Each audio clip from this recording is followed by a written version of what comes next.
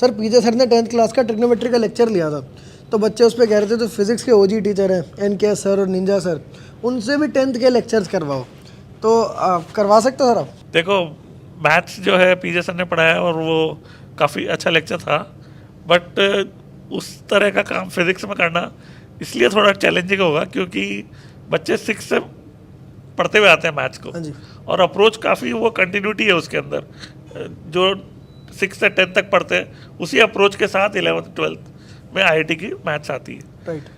But physics में ऐसा नहीं है। फिजिक्स में 11th 12th में आके उनको रियल बिल्कुल डिफरेंट वे में मैथमेटिक्स के साथ फिजिक्स को हम इंट्रोड्यूस करते हैं। 11th में जब बच्चा आता है ना, तो हम तो उसको ना एक मतलब नर्सरी वाले बच्चे की तरह ट्रीट करके चलना अच्छा। पड़ता है। शुरू के 1 महीने तो बस फिजिक्स कैसे पढ़ना है उसकी तैयारी चलती है। भाई जैसे 10th में जो दिया हुआ है सिलेबस में करंट इलेक्ट्रिसिटी, हाँ जी। अब वो करंट इलेक्ट्रिसिटी के कॉन्सेप्ट्स में पोटेंशियल डिफरेंस से बातें चालू होती है।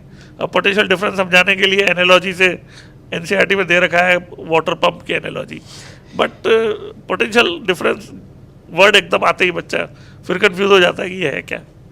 तो हमें जो है चार्ज से लेके स्टार्ट करना पड़ता है कि फंडामेंटल प्रॉपर्टी है मैटर की चार्ज, और चार्ज से जो है फोर्स आता है, फोर्स से वर्क आता है।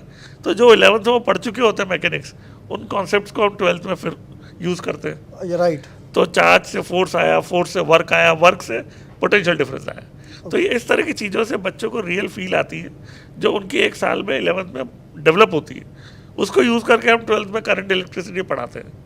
अब 10th के बच्चों को ये सब चीज़ें के बगैर पढ़ाना तो काफ़ी मुश्किल इसलिए है क्योंकि 10th में इसको यूज़ कर नहीं सकते, कॉन्सेप्ट को सिलेबस में नहीं है। उसमें मोस्टली रटने वाली चीज़ें, याद करने वाली याद चीज़ें। करने वाली चीज़ें हैं, रिजल्ट याद कर लो और सिंपल न्यूमेरिकल फार्मूला बेस्ड है वो कर लो, बस यही है। चलो ठीक है गाइज, 11th में पढ़ना, 10th में तो पॉसिबल नहीं हो पाएगा, 11th में पढ़ना ओजी टीचर से। All the best.